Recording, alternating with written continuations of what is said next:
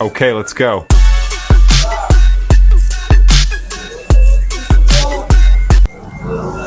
লুঙ্গি কত ভাই? লুঙ্গি দেখেন আগে পছন্দ হয় কিনা, দেখাই আগে।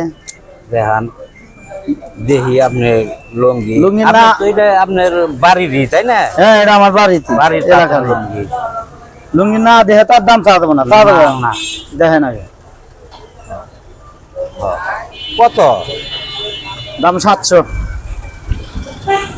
150 টাকা হইব না ভাই? আপনি লুঙ্গি কিনবেন না মনে হবে গামছা কিনবে রাখছেন, গামছার দামও তো কম নাই।